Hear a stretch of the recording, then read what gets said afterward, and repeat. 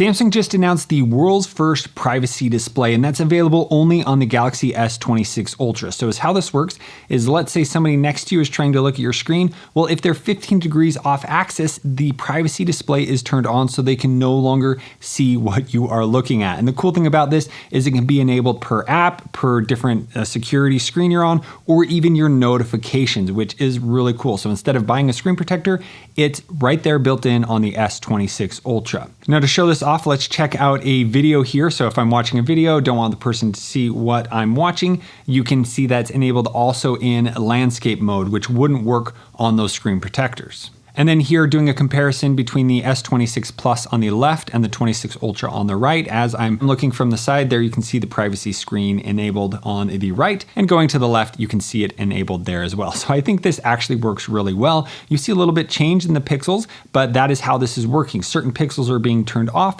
so that that privacy screen is turned on, and it works in all orientations on the phone. Now, if we look more at some of the features here, so we're gonna unlock the phone. Once we go to that screen, it has privacy turned on. Once we type in our PIN code, it unlocks the phone, the privacy display turns off. Then the next thing is maybe we want to go into the texting app. As soon as we open that up, it enables the privacy display. And then as we're texting, all of our info is private, but we go back to the home screen and we're scrolling a social media app or whatever, not that important, everyone can see. But now we can go in here and there's a bunch of settings. You can do max protection, you can adjust based on those certain features. It's all right in here. And then the last thing, which is really cool, is notifications. So let's say somebody sends me a text message and I don't want anyone else to see that's next to me. There you can see just the text notification is in privacy mode, where the rest of the screen is not in privacy mode. So that little notification wouldn't be able to be seen by anyone next to me. I really think this is the coolest feature. So if you really want this, you're gonna have to go with the S26 Ultra. But now let's go ahead and dive into all the other announcements that were announced today at Samsung Unpacked.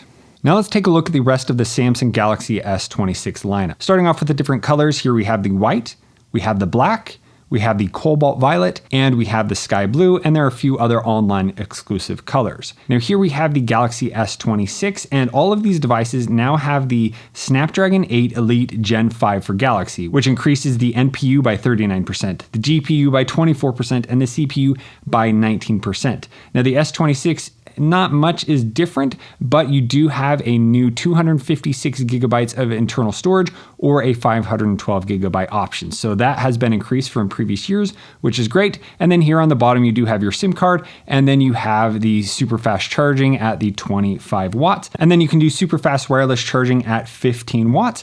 And this has a 6.3 inch screen. All looks great. Next, we have the Samsung Galaxy S26 Plus. So this is a 6.7 inch screen, and it has the great new processor, but it also has 45 watts of wired charging, as well as 20 watts of super fast wireless charging. And then it comes with a standard 256 gig internal storage, or you can get the 512 option as well.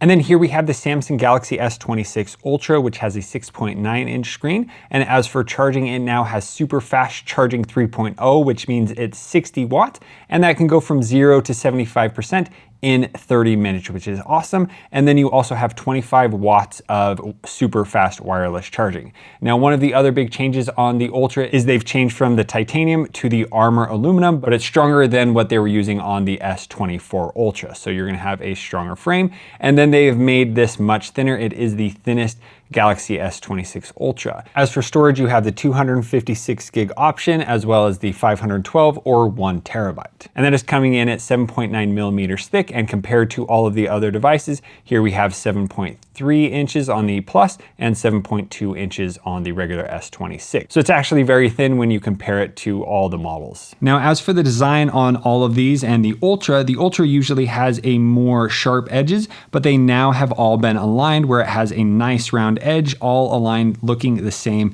and those look really good. I love having a nice corner on all the different edges. Now the design is similar to other Samsung devices they've used for a long time with that camera bump, but that does add some wobble. So here you can see how much that is on all of these, the S26 Ultra being the most with the biggest wobble. And then these are Qi 2 compatible, but they do not have magnets built into them, but they do have some MagSafe accessories that they have created. So here you can see Samsung has the magnets built in there. So that will work with MagSafe or the magnet compatible cases. So here when we put the case on, then the wireless charger would work and it looks really nice. And then there is still a little bit of a wobble. So if you're using your phone, you may want to find a little bit thicker case. But that's really cool that they now have increased the wireless charging speed on the Ultra up to that 30 watts with the Qi 2. So here are some of the other colors that you can get. There you can see the Plus versus the regular S26. That's kind of the size is the only difference.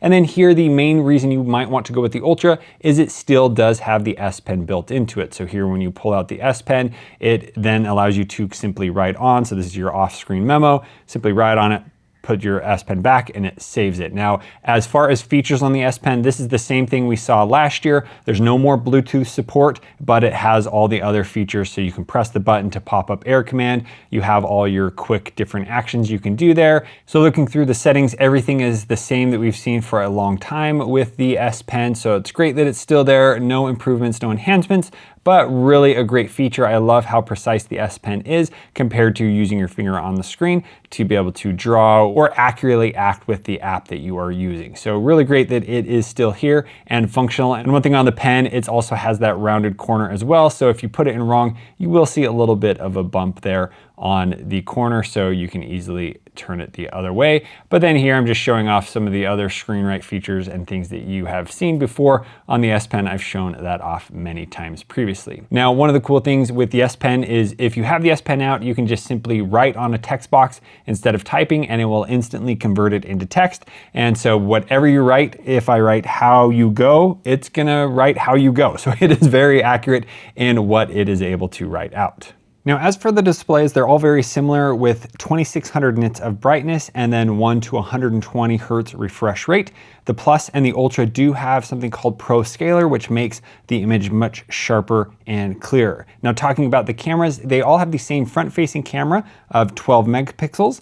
And then on the S26 and the S26 Plus, you have a 50 megapixel wide camera, a 12 megapixel ultra wide, and then a 10 megapixel 3x telephoto lens.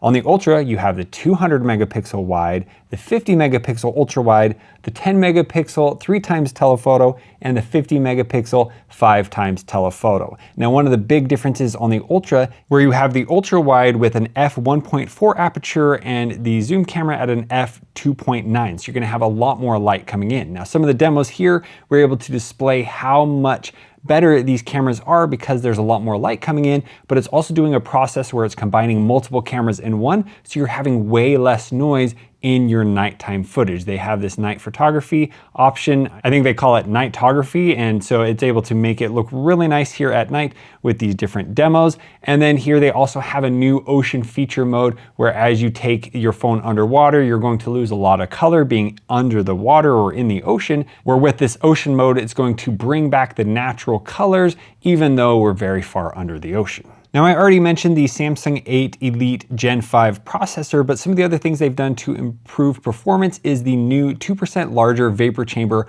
on the Ultra series. So this is going to help dissipate heat so that the phone doesn't get too hot. And then of course the improvement in charging on the super fast charging 3.0, where you can charge at 60 watts. So it does have the cable included, but you would need to buy the power brick that supports that 60 watts to get the full charging capabilities of the S26 Ultra. Now, one of the improvements has also been with Galaxy AI. So it's about 3 seconds faster than previous generations because of that faster processing. Now let's go ahead and talk about some of the new Galaxy AI features and what they are able to do.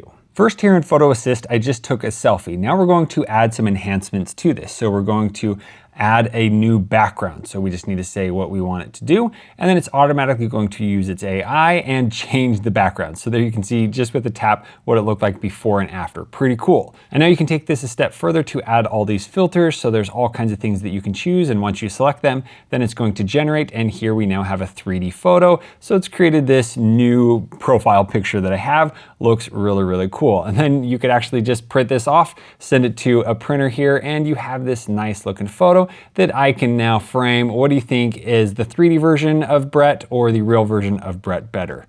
Now here, if we take this a little bit further, we can take a picture of something else. So we took a picture of this wall with the hat on it, and we said, hey, can we include this hat onto the original photo? And it's automatically going to take the picture of the hat, even though it wasn't like perfect, and put that on me in the original selfie that we had taken. There you can see instantly added that, and we can do the before and after, and there it even removed my lanyard, which was kind of cool. And then we can do the same thing where we take that, we then go through and add a filter to it. This time, let's go ahead and choose the crayon option, and there it even threw me in a smile, which is really cool. So really fun to see those demos. Now we're gonna take another option here. Let's say we wanted to send a picture of a birthday cake to a friend we made, but we already ate a piece. So let's go ahead and add back in the piece of cake that we ate. It has done that, and now you can go through and say, oh, we want to add some candles to this. So you just type that in. It's then going to automatically add that in. So you can keep adjusting your photo until it looks exactly the way that you want it to, and you again have all of those options for stylizing it at the end. Next, we have Creative Studio, which is available in the Edge panel. So this allows us to create all kinds of different sticker packs for me. So instead of having to go and create my own pictures, I just come in here, choose what kind of sticker pack I want to create, take the one photo we originally started with, and now we have all of these fun stickers of me, even one of taking a bath. And then you can even go in and see that there is this funny photo at the top of me really trying hard to get ready quickly, brushing and drinking milk at the same time, and jumping in a puddle. Just all kinds of things, random things that it can create. So kind of fun. Maybe it will be useful or maybe not. They've also added a call screening functionality. So here it's automatically able to answer the call and see who is calling, and then listen for the response, and then connect you if it is an actual person instead of just all the spam calls coming through. One of my favorite features on Pixel phones, so it's great to see that this has been added here to Samsung. Now next we have a document scan feature. So instead of adding Google Docs or anything to be able to do this, it's now built right into the camera. So you open up the camera, take a look at the picture, it will automatically give you the option to scan, and then you're able to crop it and adjust it as needed. Now this is pretty cool because you can add multiple photos. So let's say we have another picture we want to take and add it into a larger document where we have multiple pictures. So you can do that. Then you can even reorganize the pictures and export this as a PDF. So you now have digitized that document and it's all in one. And there's a bunch of other things that it does to make the picture a little bit easier to read. And if you have like a bunch of text, it can make that look better as well. Instead of a rough scan, it's a nice quality scan that it inputs into the phone. All right, so here we have a new feature called Now Nudge that is built into the Samsung keyboard. So it's going to be able to understand what somebody has messaged you. So here, somebody's asking for pictures when we were in Australia. So automatically there you can see it's now giving me the option to share photos. So all I need to do is click on share photos, and then it's going to automatically search for photos from Australia, and then I can simply tap on the photos I want to share and hit the share, and those are done, making it easier for me to find those photos instead of me going through adding it and forgetting to do it, you know, all that stuff. It's done a lot of the work for me, which is really cool. Now here we can hold down the action button and open Bixby, and we can say, hey, my eyes are feeling a little tired, and it can automatically pull up the eye comfort setting. So it's able to know all the different settings in your phone. You can just naturally talk to it, and it can help you understand how to use your phone a little bit better. Now we have a new feature here that is working with Gemini, and it's going to be able to do different agent things. So what an agent does is it's able to work for you in the background. So here we said we want to find an Uber to a location, and it can automatically open up the Uber app and start doing the process of ordering an Uber to the airport, all while you are continuing to get packed, or you're going to continue to use your phone. It's going to do that in the background. And then once it has completed the tasks, it will then pop up and give me the options to choose which Uber I want. And then I just have to select it and hit order. So it can do a lot of that stuff in the background. They're starting with Uber and some of the other food ordering apps you'll be able to do this with, and then over time add it to more things. So I think it's really cool that with AI, it is able to complete tasks without me actually interacting with the phone. And then last here, they've added a new Finder feature. So that sounds familiar, but Finder is an option to click and type something in, and it will be able to understand different emails, text messages, and then you can simply use that to then find a location or navigate to a certain place, or even add different things to your calendar. There was even pulling up YouTube results and all kinds of things. So instead of just searching your phone, it's able to do a wider range of web searches to find all the info you need right there without having to search through a bunch of different apps. You can have all of that, and here it's pulling up the calendar to then choose what day you want to add that event to. We can choose a day without any event, and then we would go through and just finish adding some of the details to the calendar, and it's completed a lot of the work for us. So some really great features that have been added to all the Samsung Galaxy S26 devices. And lastly, they announced the Galaxy Buds 4 as well as Buds 4 Pro. Now there's a ton of new things here. I can't cover them all in this video, but some of the great things is this new design. It has this nice metal finish. And then you also have the option to swipe up and down to adjust the volume. You can pinch to squeeze and hold to change the ANC to the ambient mode where you can kind of hear, and it's automatically going to do that sometimes. If someone's trying to talk to you at the gym, you'll be able to hear them, and then it will go back to noise canceling to not hear what is going on around you. Now from the outside, the main difference on the Buds 4 Pro is it has the earbud there at the end that you can see, where the regular ones don't have that. There's a ton of other features with 24-bit to 96 kilohertz hi-fi audio. You have bigger woofers and even 20% more movement on the Buds Pro. You have HD voice at 16 kilohertz with strong noise reduction. And then it works great with the Galaxy ecosystem, but it works with all other devices. You can choose if you want to do Bixby or Google Gemini. You have head gestures, interpreter, and then you have the wireless charging cradle, which works great. And then on the Buds 4, it's going to be up to 5 hours of listening time for music with the ANC on. And then with the ANC off, you're gonna have about 6 hours of listening time. With the Buds 4 Pro, you're gonna have 6 hours with the ANC on and about 7 hours with the ANC off. And then you're gonna have a lot more just standard time, and the case is going to be able to recharge, and a lot of other features. So if you want a full video about these, please let me know. It's been a while since I've used Samsung Buds, but these are pretty impressive. You can pre-order your phone right now, and they will be available March 11th. And the prices are the S26 Ultra at $1,299, the S26 Plus at $1,099, and the S26 at $899. And that does it for my Samsung Galaxy S26 coverage here at Samsung Unpacked. Really excited for the new Ultra. I think that privacy technology on the screen is really cool, and I'll be checking out a bunch of features in my full review. Please let me know if you have any further questions down in the comments below. Thanks so much for watching. We'll see you on the next one.